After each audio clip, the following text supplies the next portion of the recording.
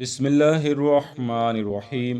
فرعون کے بدصورت چہرے پر غضب کے آثار نمایاں نظر آ رہے تھے۔ درباریوں مصاحب ہاتھ باندھے سر جھکائے بادشاہ کے کسی خوفناک حکم کے منتظر تھے، کیونکہ شاہی نجومی یہ پیشین گوئی کر چکا تھا کہ فرعون کا تختہ الٹنے والا بچہ پیدا ہونے کو ہے۔ اچانک دربار میں فرعون کی پرہیبت آواز گونجی اور حکم جاری ہوا، بنی اسرائیل کے تمام نوزائیدہ اور پیدا ہونے والے لڑکوں کو ذبح کر دیا جائے، کوئی لڑکا زندہ باقی نہ بچے۔ فرعون کی زبان بد سے حکم جاری ہونے کی دیر تھی کہ درباریوں کی دوڑیں لگ گئیں۔ اسرائیلی بستیوں کے گلی کوچوں میں فرعونی سپاہی گھر گھر تلاشی کے دوران معصوم بچوں کو ذبح کرنے میں مصروف ہو گئے۔ یہی وہ وقت تھا کہ جب بنی اسرائیل کی بستی میں دو بچے پیدا ہوئے۔ ان میں ایک کا نام موسیٰ بن عمران تھا اور دوسرے کا موسیٰ بن ظفر۔ ان میں سے ایک کی ماں نے اپنے لخت جگر کو ایک ٹوکری میں لٹا کر دریا کی موجوں کے حوالے کر دیا اور وہ بچہ دریا کی موجوں پر تیرتا ہوا فرعون کے محل کے اندر پہنچا۔ دوسرے بچے کی ماں نے فرعونی سپاہیوں کے ڈر سے اپنے بچے کو پہاڑ کی ایک غار میں بند کر دیا اور وہ وہیں پرورش پانے لگا۔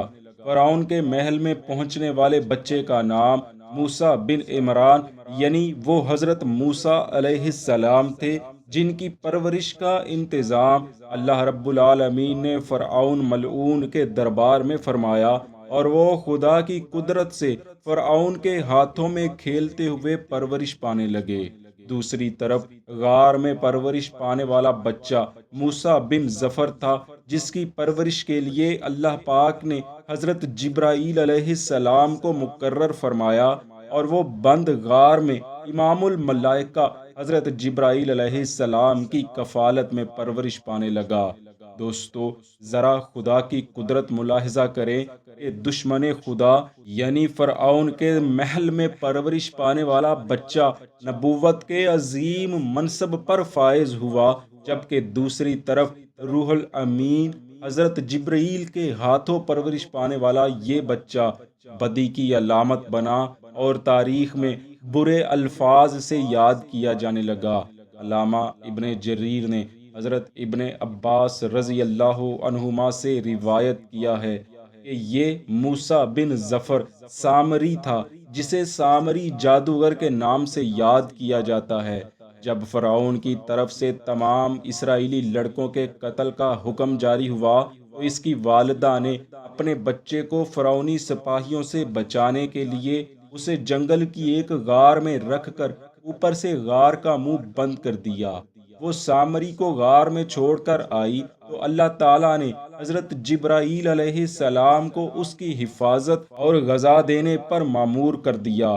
حضرت جبرائیل اپنی ایک انگلی پر شہد، ایک پر مکھن، ایک پر دودھ لاتے اور اس بچے کو چٹا دیتے، یعنی اس طرح وہ غار ہی میں پرورش پانے لگا، حتیٰ کہ جب بڑا ہو گیا تو اس نے نہ صرف خود بلکہ بنی اسرائیل کو بھی کفر میں مبتلا کر دیا اور قہر الہی میں گرفتار ہوا۔ اس نے بنی اسرائیل کے لیے سونے کا ایک بچڑا بنایا، جس میں اس نے حضرت جبرائیل علیہ السلام کے گھوڑے کے سموں کے نیچے آنے والی مٹی استعمال کی، جس کی وجہ سے اس بچڑے میں آواز آتی تھی۔ اس کی تفصیل ہم ابھی آگے بیان کریں گے کہ اس نے حضرت جبرائیل علیہ السلام کو کب اور کہاں دیکھا اور وہ مٹی حاصل کرنے میں کیسے کامیاب ہو گیا۔ بعض روایات کے مطابق سامری آل فرعون کا قبطی تھا، جو حضرت موسیٰ علیہ السلام کے پڑوس میں رہا کرتا تھا اور آپ پر ایمان لے آیا تھا۔ جب حضرت موسیٰ علیہ السلام بنی اسرائیل کو لے کر مصر سے نکلے تو وہ بھی آپ کے ساتھ ہو لیا تھا۔ بعض دیگر روایات میں ہے کہ وہ بنی اسرائیل ہی کے ایک قبیلے سامرا کا رئیس تھا۔ قبیلہ سامرا ملک شام کا ایک معروف قبیلہ ہے۔ حضرت سعید بن جبیر علیہ رحمہ فرماتے ہیں، سامری فارسی تھا اور کرمان کا رہنے والا تھا۔ ایک اور روایت میں حضرت ابن عباس رضی اللہ عنہما فرماتے ہیں، وہ ایک ایسی قوم سے تعلق رکھتا تھا جو گائے کی پرستش کرنے والی تھی۔ وہ کسی طرح سے مصر پہنچا اور بظاہر دین بنی اسرائیل میں داخل ہو گیا، مگر اس کے دل میں نفاق تھا۔ اگرچہ تاریخ میں سامری کے اصل نام پر بہت سی روایات موجود ہیں، مگر وہ اس نام سے اس لیے پکارا جانے لگا کیونکہ قرآن مقدس کی سورہ طٰہٰ کی 3 آیات میں اس کا نام سامری ہی نازل ہوا ہے۔ مختصر یہ کہ فرعون جب بحیرہ احمر میں غرق ہو چکا اور حضرت موسیٰ علیہ السلام بنی اسرائیل کو بحیرہ احمر پار کرا کے وادی سینا کی جانب لے چلے، تو اللہ رب العالمین نے بنی اسرائیل کی ہدایت و رہنمائی کی خاطر حضرت موسیٰ کو آسمانی کتاب دینے کا فیصلہ فرمایا۔ اس مقصد کے لیے حضرت موسیٰ کو 30 راتوں کے لیے کوہ طور پر بلایا گیا، جنہیں مزید بڑھا کر 40 راتیں کر دیا گیا۔ حضرت موسیٰ علیہ السلام جب کوہ طور پر جانے لگے تو آپ نے اپنے بھائی حضرت ہارون علیہ السلام کو اپنا جانشین مقرر کیا اور خود حضرت جبرائیل علیہ السلام کے ہمراہ کوہ طور کے لیے روانہ ہو گئے۔ تمام قوم نے آپ کو الوداع کہا، جن میں سامری بھی موجود تھا۔ یہاں سامری کے دل میں موجود نفاق کو عیاں کرنے کے لیے اسے حضرت جبرائیل علیہ السلام اور آپ کے گھوڑے کا مشاہدہ کرایا گیا۔ سامری نے دیکھا کہ حضرت جبرائیل علیہ السلام جس گھوڑے پر تشریف لائے ہیں، اس کے قدم جہاں پڑتے ہیں نیچے آنے والی ہر شے زندہ ہو جاتی ہے اور وہاں فوراً سبزہ اگ آتا ہے۔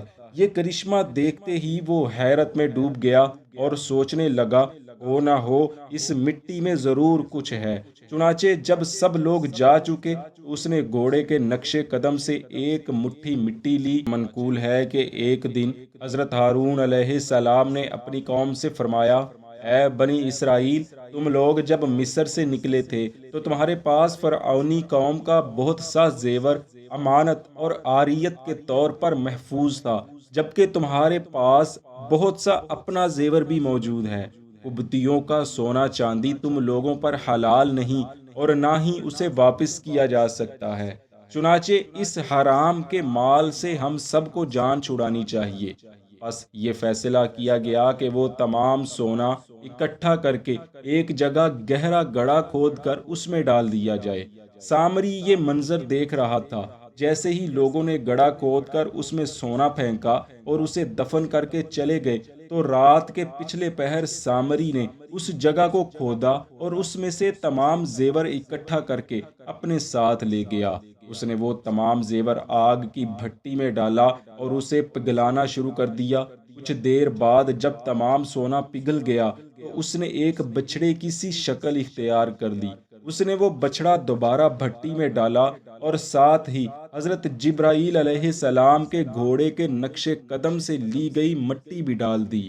روایات میں آتا ہے کہ جیسے ہی اس نے مٹی ڈالی تو بچڑا خوبصورت ہو گیا اور اس سے بچڑے کے جیسی آواز آنا شروع ہو گئی۔ یہ بھی کہا جاتا ہے کہ اس پر گوشت، پوست، خون، بال وغیرہ سب کچھ تھا۔